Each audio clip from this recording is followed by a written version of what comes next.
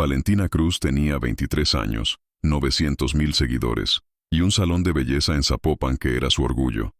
El 14 de mayo transmitía en vivo desde el salón. Como cualquier jueves, frente a miles de personas conectadas en tiempo real, un hombre entró y disparó. En 48 horas, la policía tenía un culpable confeso. El caso estaba cerrado. México, indignado. Nadie llamó a el licenciado Fuentes, él llamó solo.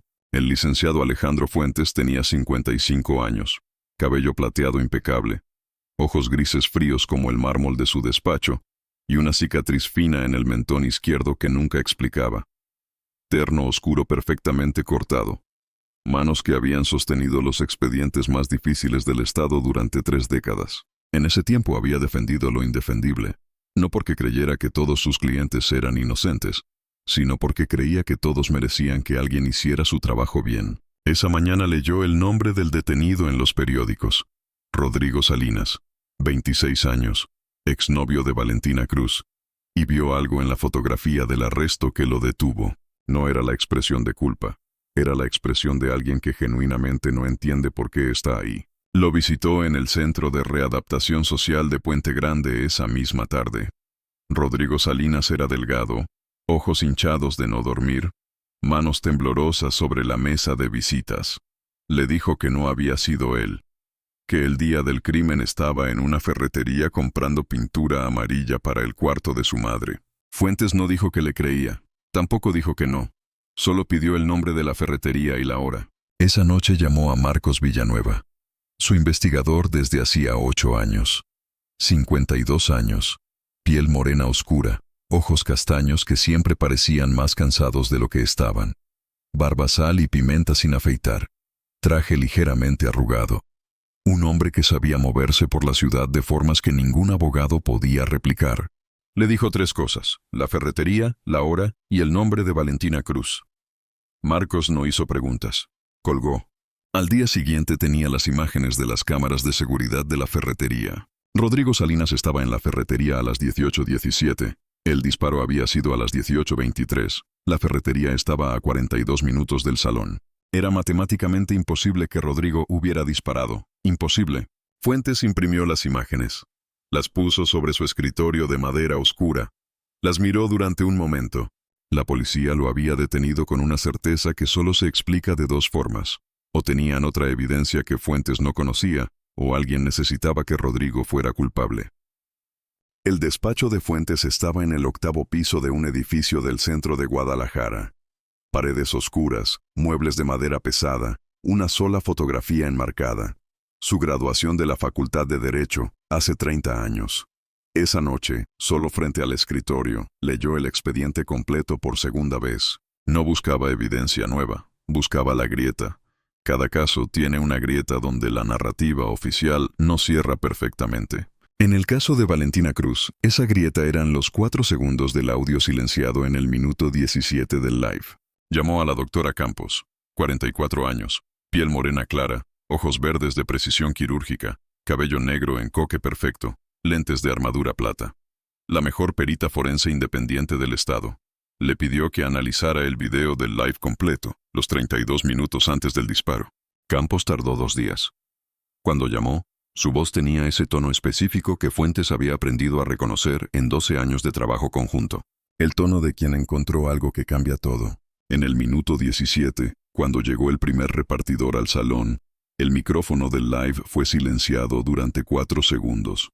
4 segundos donde alguien dentro del salón apagó el audio de forma deliberada. Rodrigo Salinas no estaba en el salón. Alguien más lo había hecho. Campos había analizado la forma de onda del archivo.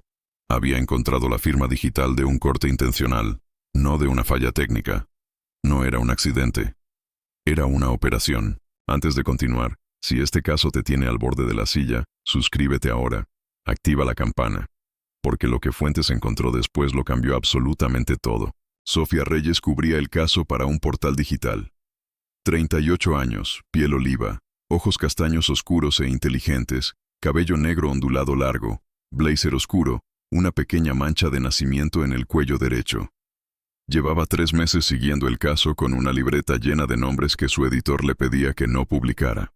Cuando Fuentes la llamó, ella ya tenía listo lo que él necesitaba. Solo necesitaba a alguien que pudiera usarlo de forma correcta. Fuentes la citó en una cafetería del centro. Le mostró las imágenes de la ferretería. Le explicó los 4 segundos. Sofía escuchó sin interrumpir. Cuando él terminó, cerró su libreta y le dijo una sola cosa. Valentina Cruz había tenido una relación con alguien que no era Rodrigo. Alguien cuyo nombre no aparecía en ningún reporte policial. Alguien con razones muy específicas para que nadie supiera de esa relación. El nombre que Sofía le dio a Fuentes pertenecía a un hombre que manejaba una empresa de transporte en Jalisco, legal en papel. En la práctica, algo diferente. Valentina lo había conocido en una fiesta privada en Puerto Vallarta. Él tenía 42 años. Era generoso con el dinero los primeros meses. Cuando ella intentó terminar la relación, él dijo que entendía, que no habría consecuencias. Esa promesa era mentira. Ese hombre aparecía en investigaciones de 3 países. Su empresa movía cosas que no aparecían en ningún manifiesto de carga. Fuentes llamó a Marcos. Marcos no fue al hombre directamente. Fue a buscar a El Chivo. El Chivo no tenía apellido oficial. 45 años. Piel morena oscura. Cabello negro despenteado. Bigote fino. Camisa de cuadros zurrada. Ojos pequeños y astutos. Un diente de oro en el lado derecho que brillaba raramente porque raramente sonreía. La fuente de Fuentes en las calles de Jalisco. Marcos lo encontró en un mercado de Zapopan. Le dio el nombre. El Chivo no respondió de inmediato. Pidió un jugo que no tomó. Miró la mesa. Luego habló muy bajo. Dijo que ese nombre pertenecía a alguien con vínculos directos con una estructura criminal que operaba en Zapopan. Que Valentina Cruz había estado en ese mundo sin entenderlo completamente. Y que cuando intentó salir, alguien decidió que salir no era una opción. Y que la razón por la que Rodrigo estaba preso era exactamente esa. Necesitaban un culpable que no hiciera preguntas incómodas. El Chivo añadió algo más. Ese hombre tenía un abogado con conexiones dentro de la fiscalía. Eso explicaba todo. La velocidad, la confesión limpia, la detención en 48 horas. Había una empleada del salón presente el día del crimen, Erika Montano, 21 años. Había declarado ante la policía que no había visto nada útil. Marcos la encontró en su casa, al norte de Zapopan. Tardó 20 minutos en empezar a hablar. Cuando empezó no paró. Le dijo que el primer hombre que llegó al salón, el que dijo que venía a entregar un paquete, no era desconocido para ella. Lo había visto 3 semanas antes esperando afuera durante casi 1 hora. Valentina había salido a hablar con él y había vuelto visiblemente perturbada. Y el día del crimen, alguien le había mandado un mensaje pidiéndole que se alejara de Valentina cuando llegaran. Un número que ella había borrado inmediatamente, pero cuyo código de área recordaba Guadalajara. La comandante Rosa Ibarra llevaba el caso para la fiscalía. 48 años, piel morena oscura, estructura ósea fuerte, cabello negro corto, siempre en ropa civil, expresión permanentemente contenida. Fuentes la conocía de otros casos. No era corrupta, pero tampoco era completamente libre. Se reunieron en las oficinas de la fiscalía. Fuentes puso sobre la mesa las imágenes de la ferretería con timestamp, el análisis de los 4 segundos, el testimonio escrito de Erika. Ibarra los leyó despacio. Levantó la vista y le dijo algo que Fuentes no esperaba. Que ella sabía que Rodrigo no era el asesino. Que tenía presión desde arriba para cerrar el caso rápido. Que el nombre que Sofía había mencionado era intocable para la fiscalía. Y que si Fuentes seguía tirando del hilo, iba a llegar a un lugar del que no habría regreso fácil. Fuentes le dijo que lo sabía, que por eso había aceptado el caso. Ibarra también reveló algo más. Que dentro de la fiscalía había una segunda investigación paralela, 3 personas apuntando en la misma dirección. Pero que les faltaba una pieza que Fuentes podía tener. Esa noche Marcos recibió un mensaje sin remitente. Solo 3 palabras, ya saben dónde. Se lo reenvió a Fuentes. Fuentes lo leyó, lo guardó en el bolsillo, y llamó a don Aurelio. La cantina de don Aurelio estaba en el centro de Guadalajara, en una calle que no aparecía en ninguna aplicación de mapas. Don Aurelio tenía 67 años, piel morena muy oscura, cabello blanco, bigote blanco espeso, arruga profunda entre las cejas, delantal gastado de tanto uso. Fuentes se sentó en el banco de siempre. Don Aurelio puso un vaso sobre la barra sin que nadie lo pidiera. Le contó todo. Don Aurelio escuchó con esa capacidad específica de las personas que han absorbido demasiado durante demasiado tiempo. Cuando Fuentes terminó, el viejo sirvió su propio vaso y dijo algo simple: que los hombres que mandan silenciar micrófonos no esperan que alguien los encuentre, que cuando los encuentran, actúan rápido. Dos opciones: publicar lo que tenía antes de que ellos actuaran, o esperar más y arriesgarse a no llegar a publicarlo. Fuentes volvió a su despacho a las 2 de la mañana. Llamó a Sofía. Le dijo que iba a presentar todo al día siguiente para pedir la libertad de Rodrigo. Sofía le preguntó si estaba seguro. Fuentes le dijo que no, pero que esperar tampoco era una opción. 2 días después, Marcos fue a casa de Erika. Su madre abrió con los ojos rojos. Esa mañana Erika había recibido la visita de 2 hombres. Después había hecho una maleta y se había ido sin decir a dónde. Marcos le preguntó si Erika había dejado algo. La madre fue adentro. Volvió con un sobre pequeño. Adentro había un número de teléfono escrito a mano. Solo el número, sin nombre. Fuentes marcó ese número desde un teléfono desechable. Contestó una voz joven y nerviosa. Era el exnovio de Valentina, el que la policía nunca había investigado. Se llamaba Daniel, 28 años. Diseñador gráfico. Había conocido a Valentina antes del otro hombre. Habían terminado porque ella le dijo que estaba en una situación complicada que no podía explicarle.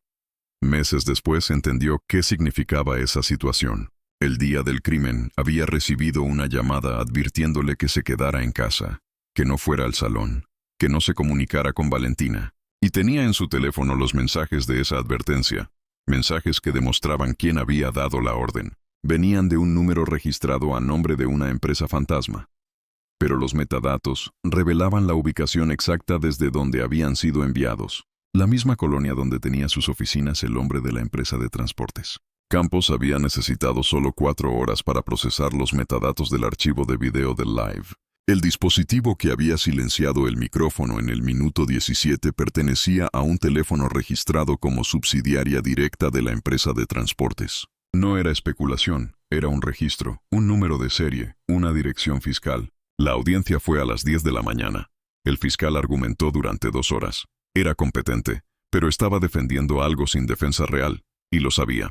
Fuentes presentó cada pieza con la precisión de 30 años en salas de juicio. Las imágenes de la ferretería, el análisis de Campos, el testimonio de Erika en documento escrito, los mensajes de Daniel, los metadatos del video. El juez escuchó durante 3 horas. Al final pidió un receso de 48 horas. En esas 48 horas, alguien vandalizó el coche de Marcos. Sofía recibió un mensaje amenazante desde un número no identificado. Erika Montano siguió sin aparecer. Marcos documentó todo, fotografió el coche, guardó los mensajes, se lo mandó a Ibarra. Ibarra no respondió de inmediato. A las 2 de la mañana, un mensaje de una sola palabra: recibido. Sofía publicó el artículo la noche antes de que llegara la resolución del juez. Sin pedir permiso a su editor, sabía las consecuencias. Las aceptó. El artículo llegó a 1 millón de lecturas en 6 horas. Las redes lo amplificaron con una velocidad que ningún comunicado oficial podía contener. Rodrigo Salinas salió del Centro de Readaptación Social de Puente Grande esa tarde. Caminó hacia la calle con los ojos entrecerrados por el sol, desorientado por la libertad que no esperaba tan pronto. Fuentes lo esperaba afuera. No habló mucho. Le dijo que el proceso continuaría, que necesitarían su colaboración, que había personas que todavía no habían sido identificadas formalmente. Rodrigo le apretó la mano con una fuerza específica, la fuerza de alguien que acaba de entender cuánto le debe a un desconocido. 2 días después, Ibarra llamó a Fuentes. Le dijo que habían identificado el dispositivo que había silenciado el micrófono, que no podía darle el nombre todavía, pero que la investigación había cambiado de dirección completamente, que el abogado con conexiones dentro de la fiscalía había sido identificado y que el proceso disciplinario había comenzado. Esa noche en la cantina de don Aurelio, Fuentes bebió el mezcal más despacio de lo habitual. El viejo le preguntó si había ganado. Fuentes le dijo que había hecho lo que podía hacer, que ganar era una palabra para los deportes. Don Aurelio asintió. Sirvió el segundo mezcal. Dijo que en cualquier caso el trabajo había valido. El teléfono de Fuentes vibró en el bolsillo. Un mensaje nuevo, número con código de área de Ciudad de México. El mensaje decía que esa persona había seguido el caso de Valentina Cruz desde el principio, que tenía información sobre otro caso que nadie estaba investigando, que el licenciado Fuentes era el único abogado en México que había demostrado que podía llegar hasta el fondo de algo así. Fuentes salió de la cantina a las 11 de la noche. La calle estaba tranquila. El aire de Guadalajara tenía esa temperatura específica que no era frío ni calor. Caminó hacia su coche pensando en el mensaje, en el caso que venía, en que 30 años de trabajo habían producido exactamente el resultado que esperaba, más trabajo. El licenciado Alejandro Fuentes, 55 años, cabello plateado impecable, cicatriz fina en el mentón izquierdo, terno oscuro, abrió la puerta de su coche, miró la calle una vez más. La ciudad continuaba con indiferencia perfecta. Entró, arrancó y manejó hacia su despacho, donde ya esperaba el expediente del siguiente caso. Porque el licenciado Fuentes no descansaba. Había demasiados inocentes presos y demasiados culpables libres que creían que el dinero compraba la impunidad para siempre. Fuentes había recibido una llamada de la madre de Rodrigo Salinas la misma noche del arresto. Una mujer de 50 años que hablaba con la precisión de quien sabe que el tiempo importa. Le dijo que su hijo no había podido cometer ese crimen, que ella podía probarlo. Esa llamada era lo que había llevado a Fuentes a Puente Grande. No la noticia en los periódicos, el tono de esa mujer. En 30 años, Fuentes había aprendido a distinguir el dolor de la culpa del dolor de la injusticia. No eran lo mismo. La madre de Rodrigo tenía el segundo tipo.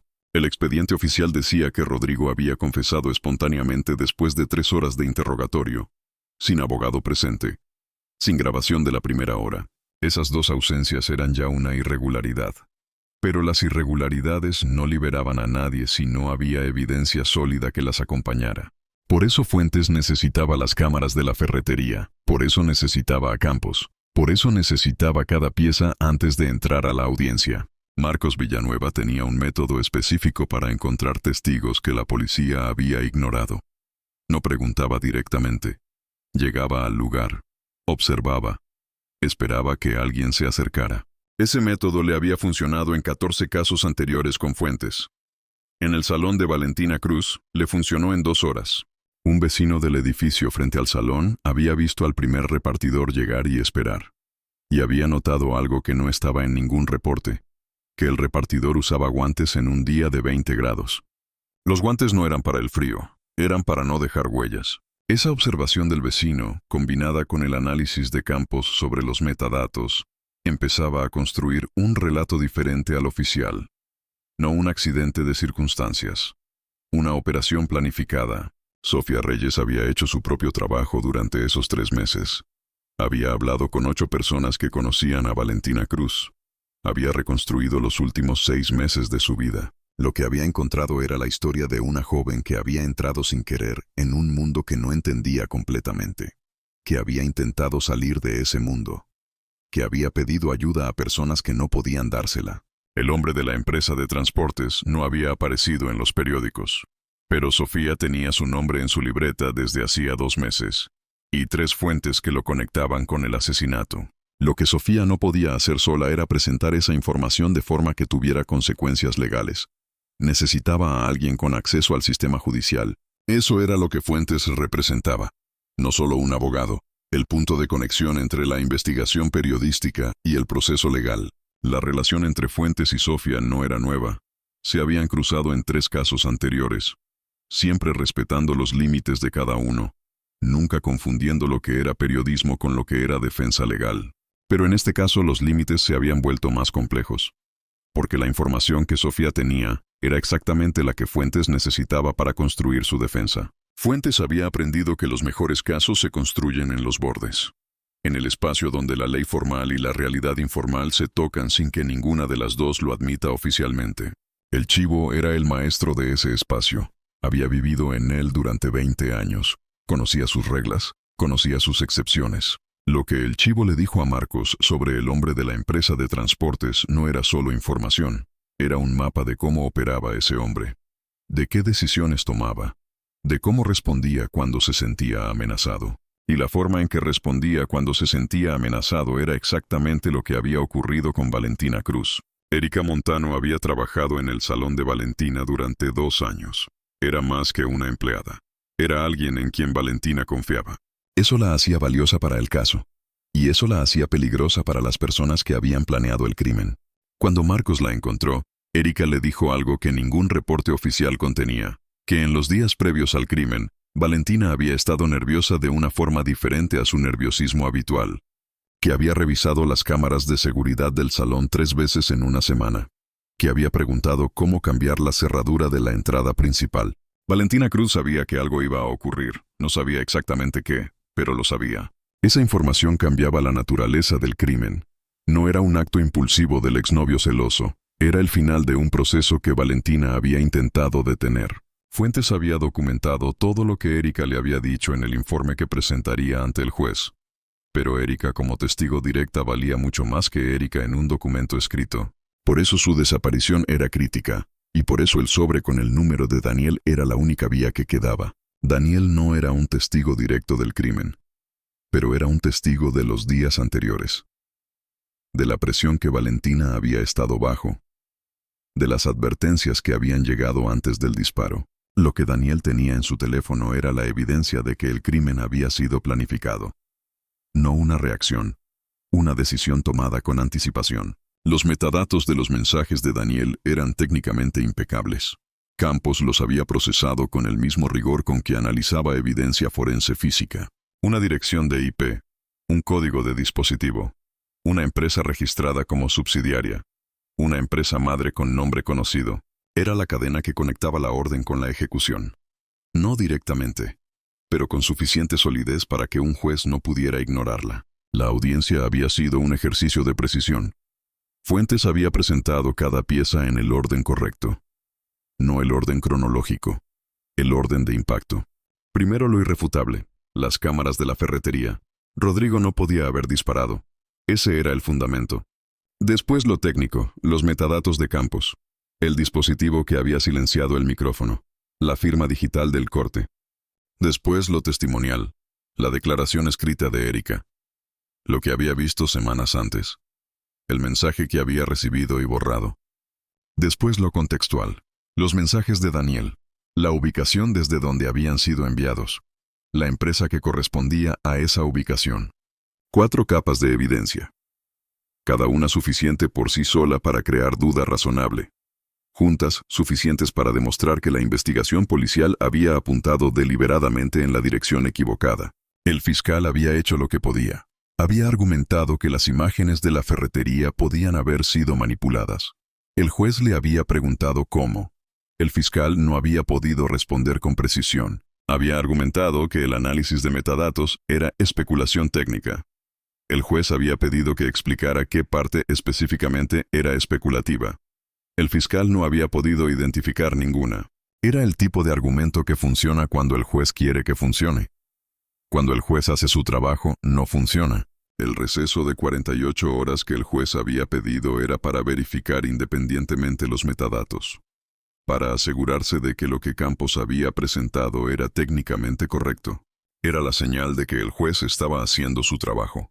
Las amenazas que habían llegado en esas 48 horas eran la señal de que alguien fuera del proceso judicial todavía creía que podía controlarlo. Fuentes había visto ese patrón antes. Cuando alguien empieza a intimidar testigos y abogados, es porque la evidencia ya no puede ser rebatida legalmente. El vandalismo en el coche de Marcos era un mensaje. La amenaza a Sofía era un mensaje. La desaparición de Erika era un mensaje. Todos decían lo mismo. Tenemos más poder que tú. Fuentes había recibido ese tipo de mensajes varias veces en 30 años. Su respuesta siempre había sido la misma: documentar todo y continuar. Ibarra había recibido los documentos que Marcos le había enviado sobre el vandalismo y las amenazas. Los había añadido a la investigación interna que tenía abierta. Esa investigación era el seguro de Fuentes. Mientras Ibarra la mantuviera activa, había una limitación en lo que los otros podían hacer. Sofía había publicado el artículo con la conciencia de que su editor no lo autorizaría, y con la conciencia de que publicarlo podía tener consecuencias para su carrera, pero también con la conciencia de que no publicarlo mientras Rodrigo Salinas estaba preso por un crimen que no había cometido no era una opción que pudiera aceptar. El artículo había sido compartido por personas con audiencias grandes antes de que nadie pudiera intentar suprimirlo. Para cuando la dirección del portal intentó bajarlo, ya era demasiado tarde. La resolución del juez había llegado 43 horas después del receso, un récord de velocidad para una decisión de esa naturaleza. Lo que el juez había encontrado al verificar los metadatos independientemente era exactamente lo que Campos había presentado. sin discrepancias, sin margen de interpretación. Rodrigo Salinas había caminado hacia la calle con esa expresión específica de la libertad inesperada. No era euforia, era desorientación. La desorientación de alguien que había pasado semanas preparándose para un futuro dentro de una celda. Fuentes le había dado su tarjeta. Le había dicho que el proceso continuaría, que habría más audiencias, que el nombre real del culpable todavía no había aparecido en ningún documento oficial. Rodrigo lo había mirado con una expresión que Fuentes había visto antes. La expresión de alguien que ha estado en el fondo y que está tomando la medida exacta de lo que le ha costado llegar de vuelta a la superficie. El caso no estaba terminado. La libertad de Rodrigo era el primer paso. El segundo era identificar y procesar al hombre de la empresa de transportes. Ese proceso sería más largo, más complicado, con más obstáculos, porque ese hombre tenía recursos que Rodrigo Salinas no tenía. Pero la narrativa oficial había sido rota, y una vez rota públicamente, es mucho más difícil de reconstruir. Ibarra había llamado 2 días después con una información que Fuentes había estado esperando. El dispositivo identificado a través de los metadatos había sido registrado 2 años antes, a nombre de una empresa que era subsidiaria de la empresa de transportes. Esa subsidiaria tenía un director, un nombre específico, una dirección, un historial. El proceso de investigación formal sobre ese nombre había comenzado. Fuentes sabía que ese proceso tomaría meses, que habría intentos de bloquearlo, que algunas personas con interés en el resultado tendrían más recursos que las instituciones encargadas de hacer justicia. Pero también sabía que los procesos que empiezan con esa solidez son difíciles de detener completamente, que la presión pública sostenida tiene efectos que el dinero solo no puede comprar. Esa noche en la cantina, el mezcal de don Aurelio tenía el sabor específico de los días en que el trabajo había producido algo que importaba. No una victoria total. Nunca era victoria total, sino un paso en la dirección correcta. El viejo detrás de la barra lo había visto en ese estado otras veces. Sabía que no requería palabras elaboradas, solo el segundo mezcal servido en el momento correcto, y la confirmación de que el trabajo había valido. El mensaje de Ciudad de México había llegado en el momento en que Fuentes estaba más dispuesto a recibirlo. Después de un caso que había funcionado, la mente ya estaba orientada hacia el siguiente problema. La persona que escribía desde Ciudad de México decía tener información sobre un caso que nadie estaba investigando. Un caso donde alguien inocente llevaba meses en una situación similar a la de Rodrigo Salinas. Fuentes había guardado el mensaje sin responderlo todavía. No por falta de interés, sino porque antes de responder necesitaba saber si el mensaje era genuino o si era el tipo de contacto que a veces llegaba de personas que querían saber exactamente cuánto sabía sobre su caso. Le mandó el número a Marcos. Le pidió que lo verificara antes de que él respondiera. Marcos le respondió en 4 horas. El número estaba registrado a nombre de una persona física en Ciudad de México, sin historial de actividad sospechosa, sin conexiones con ninguno de los nombres que habían aparecido en el caso de Valentina Cruz. Era genuino. Fuentes respondió el mensaje con 3 palabras. Dígame qué tiene. La respuesta llegó en forma de un documento adjunto, un expediente, 23 páginas. Fuentes lo abrió en su despacho, a las 11 de la noche, bajo la lámpara de su escritorio, y en las primeras 3 páginas encontró el patrón que había aprendido a reconocer en 30 años. El patrón de alguien que estaba preso por algo que no había hecho. Alguien cuyos argumentos eran correctos pero que no tenía a nadie que supiera cómo usarlos. El licenciado Alejandro Fuentes, 55 años, cabello plateado impecable, cicatriz fina en el mentón izquierdo, cerró el documento. Lo guardó en la carpeta de casos pendientes. Apagó la lámpara de su despacho y salió a la noche de Guadalajara pensando en el siguiente caso, en el siguiente inocente, en el siguiente hombre o mujer que necesitaba a alguien que hiciera su trabajo bien. Porque eso era lo que hacía el licenciado Fuentes. Lo que siempre había hecho. Lo que haría mientras hubiera casos que nadie más quisiera.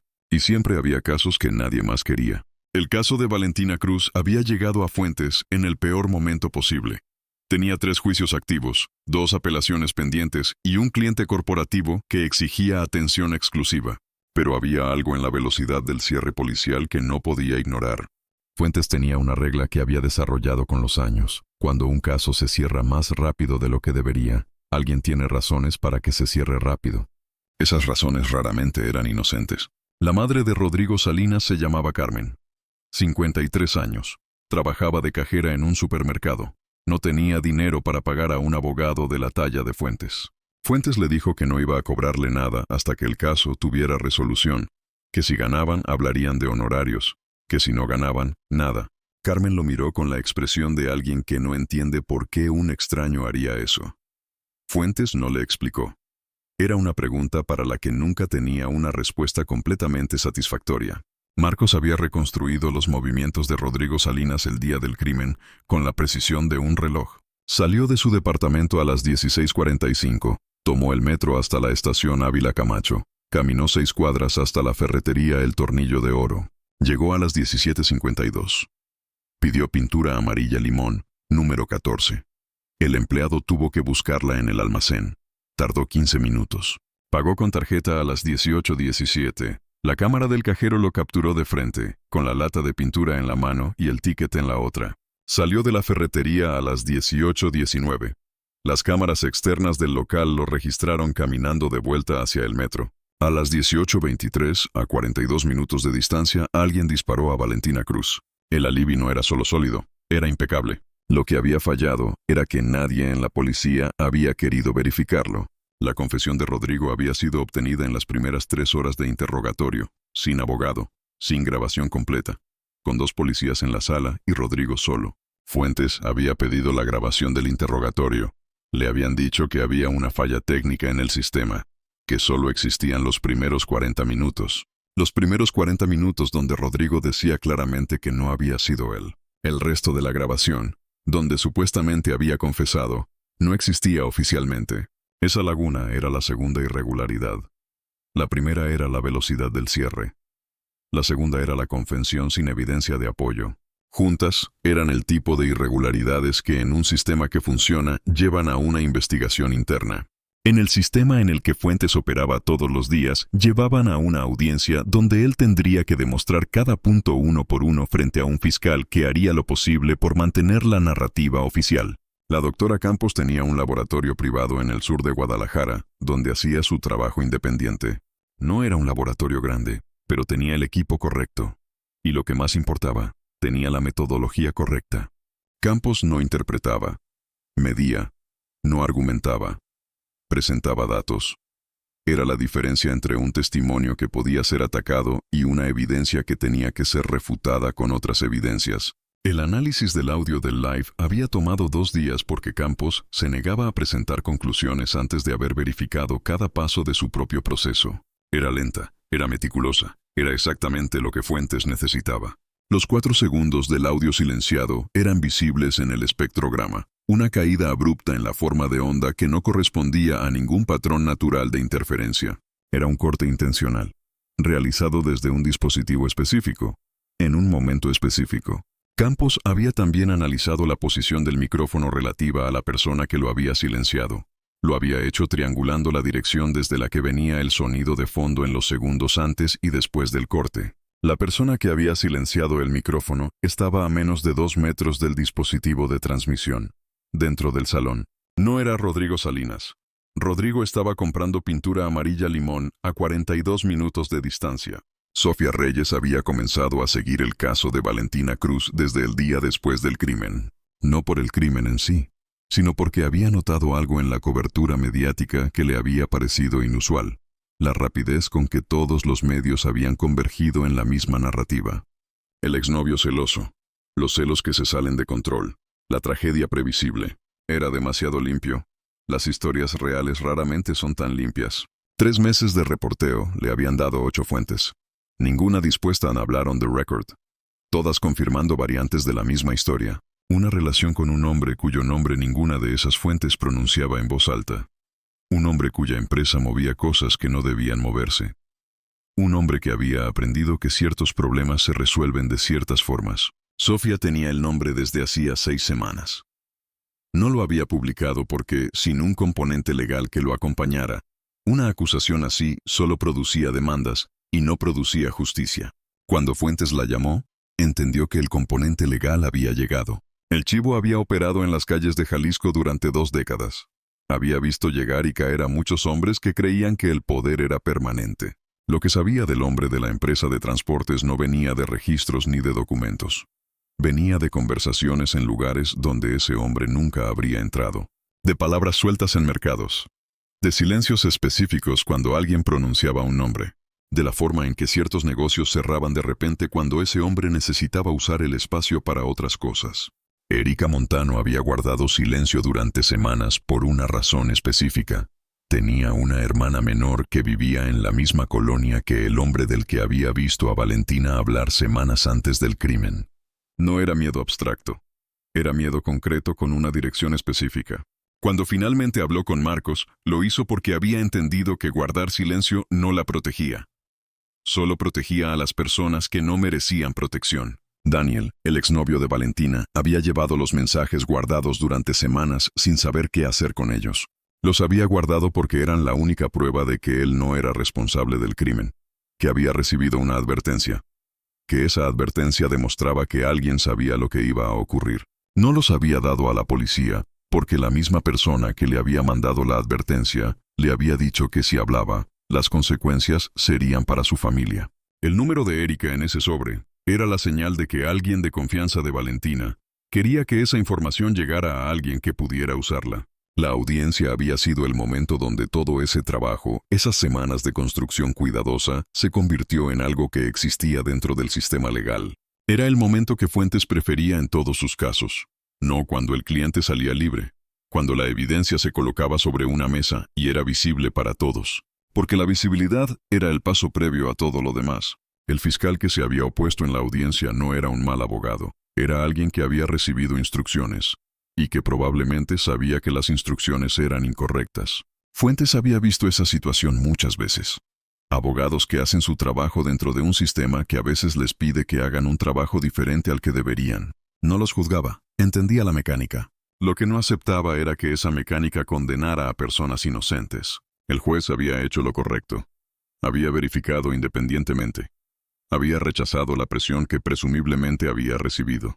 En 30 años de carrera, Fuentes había visto jueces que hacían lo correcto y jueces que no lo hacían. Este había hecho lo correcto. Eso era suficiente para ese caso. Las amenazas durante las 48 horas de receso eran el tipo de presión que generalmente venía cuando alguien calculaba que la evidencia ya no podía ser rebatida legalmente. Cuando el proceso legal empieza a escapar del control, algunos recurren al miedo. Era un patrón que Fuentes había documentado en 6 casos anteriores. El miedo raramente funcionaba, porque las personas que habían llegado hasta ahí en un proceso así, habían ya evaluado los riesgos. El miedo adicional no cambiaba los cálculos que ya habían hecho.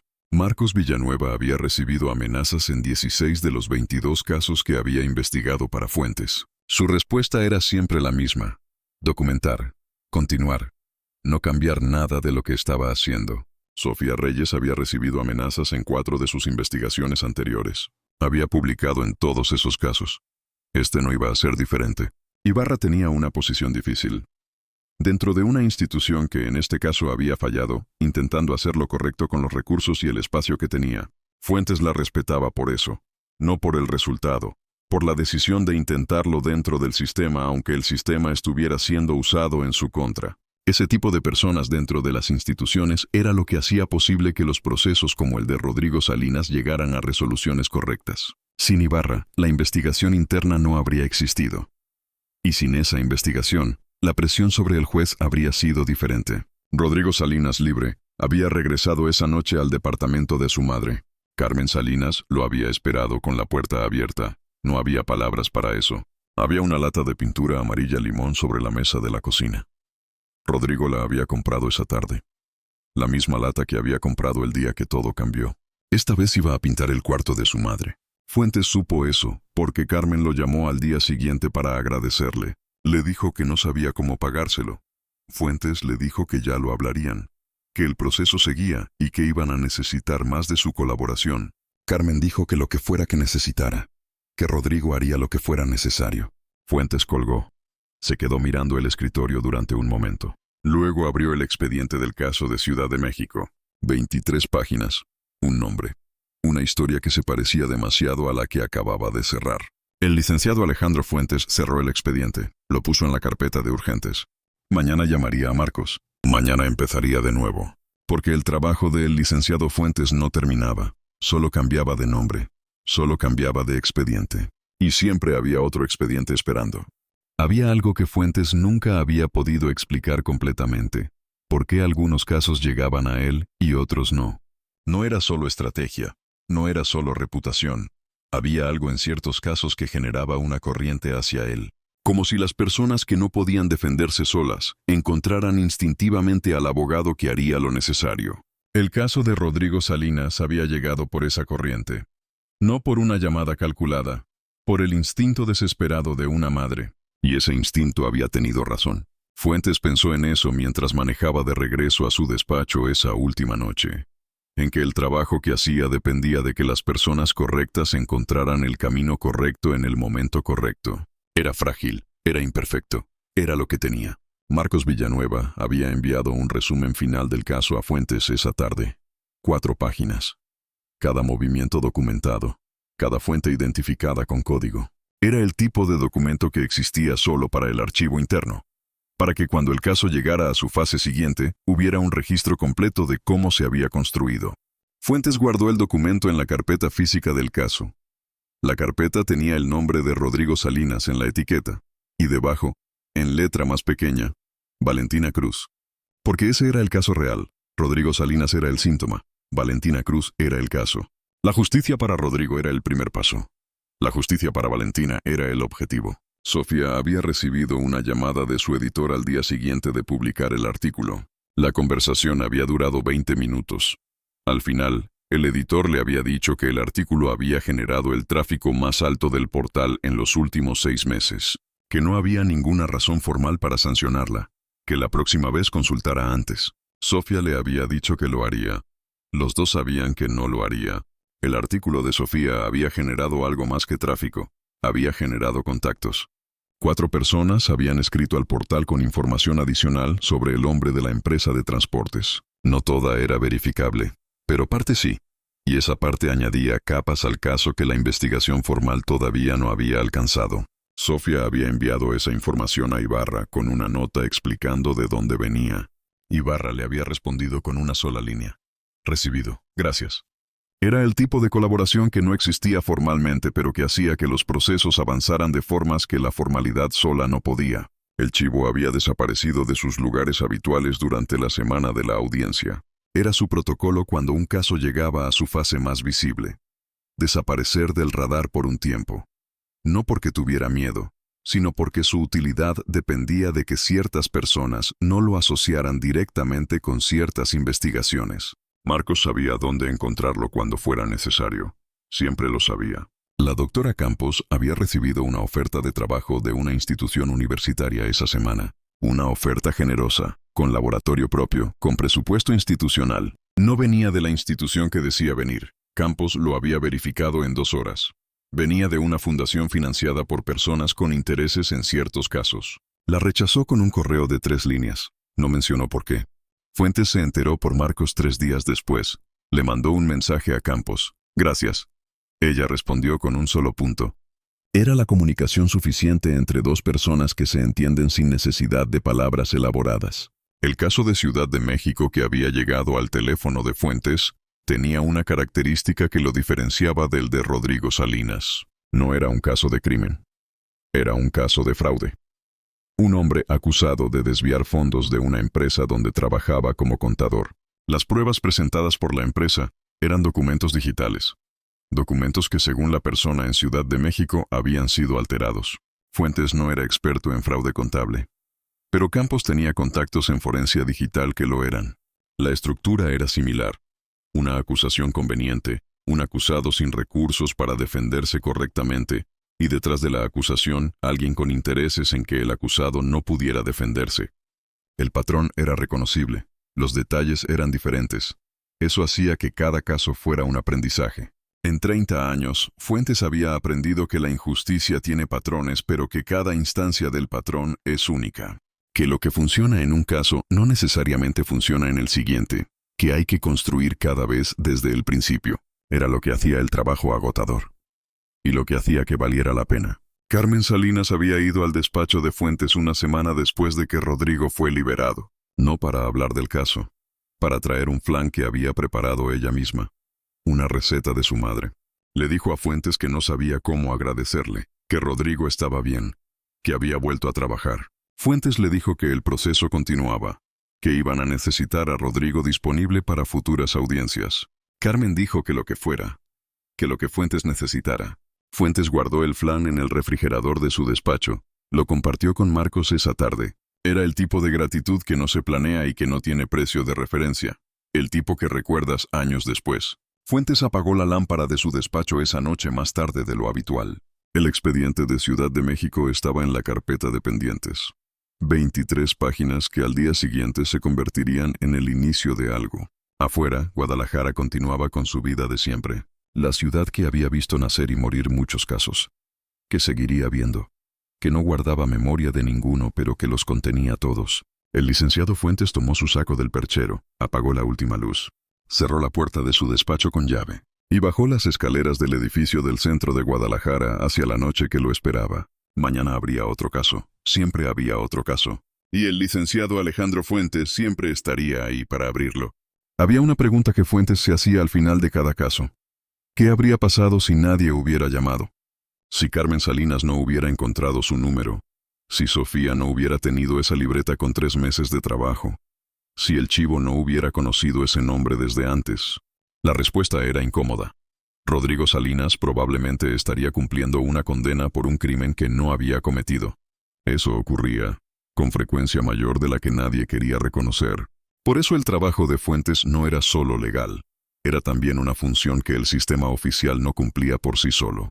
Marcos había dicho una vez que lo que hacían era parchar un sistema roto. Fuentes le había corregido, que parcheaban lo que podían mientras el sistema seguía roto. La diferencia era pequeña, pero importaba. Un parche admite que la solución es provisional. Y las soluciones provisionales son honestas. La noche en que Rodrigo Salinas salió libre, Fuentes no había celebrado. Había ido directamente a su despacho. Había abierto el expediente de Ciudad de México. Marcos le había preguntado si no quería descansar. Fuentes le había dicho que en otro momento. Marcos había sentido. Lo conocía bien para saber que en otro momento podía significar varias semanas. Sofía había escrito un segundo artículo 4 días después del primero. No sobre Rodrigo. Sobre el sistema. Sobre cómo los casos se cierran rápido cuando alguien con recursos necesita que se cierren. Sobre qué mecanismos existen para que eso ocurra. Sobre qué mecanismos no existen. Era un artículo más difícil de escribir que el primero, y más importante. El primero habría un caso. El segundo habría una conversación. Ibarra había leído ese segundo artículo. Le había enviado un mensaje a Sofía con un solo comentario. Decía, preciso pero incompleto. Habría más que contar. Sofía le había respondido que estaba disponible cuando Ibarra estuviera lista para contarlo. Ibarra no había respondido todavía. Pero Sofía sabía que respondería. El hombre de la empresa de transportes seguía libre mientras la investigación avanzaba. Eso era lo más difícil del trabajo, que la justicia no era instantánea, que entre el momento en que la evidencia existía y el momento en que las consecuencias llegaban había un tiempo que a veces se medía en meses, a veces en años, a veces nunca llegaba completamente. Pero la alternativa era aceptar que no valía la pena intentarlo, y esa alternativa Fuentes nunca la había aceptado. El chivo había reaparecido en sus lugares habituales una semana después de que el caso se había resuelto. Marcos lo había encontrado en el mercado de siempre. Le había contado cómo había terminado. El chivo había escuchado. Había dicho que bien. Había tomado el jugo que esta vez sí tomó. Era su forma de celebrar. Con el jugo que normalmente no tomaba. Marcos lo había entendido perfectamente. Campos había vuelto a su laboratorio después de rechazar la oferta de trabajo. Tenía 3 casos pendientes de análisis forense. Los había atendido en orden de urgencia. El caso de Valentina Cruz había pasado a ser parte de su archivo con una nota específica. Primer caso donde el análisis de metadatos de audio había sido presentado como evidencia primaria en una audiencia en Jalisco. Era un precedente, pequeño, pero real. Don Aurelio había escuchado todo el caso en fragmentos durante las semanas que duró. Fuentes nunca le contaba todo de golpe. Le contaba lo que cabía en el tiempo de un mezcal. Pero don Aurelio tenía una habilidad específica. Sin tener el cuadro completo, siempre entendía la forma general de lo que estaba ocurriendo. Eso era lo que hacía que su cantina fuera el lugar correcto para procesar casos, no las respuestas que daba, la calidad de su escucha.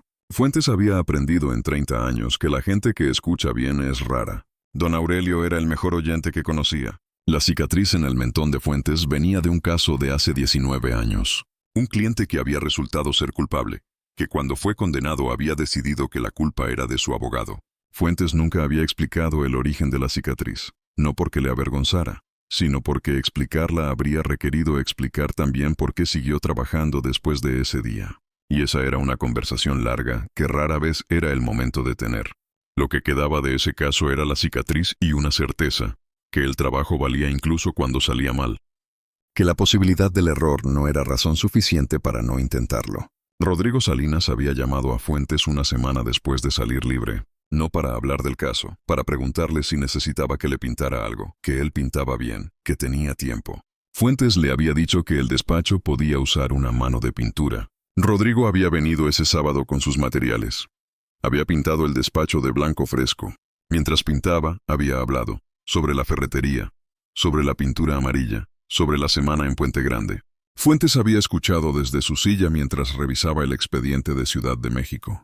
Era una forma de cerrar un caso que no estaba en ningún libro de derecho, pero era la forma correcta. El expediente de Ciudad de México tenía un nombre en la primera página. Un hombre de 40 años acusado de fraude. Fuentes había marcado 3 puntos en las primeras páginas con tinta roja. 3 inconsistencias que ningún abogado competente debería haber dejado pasar. Eso le decía algo sobre el abogado que había tenido hasta ahora. Y algo sobre el sistema en el que ese caso existía. Mañana llamaría a Marcos. Le diría que tenían trabajo.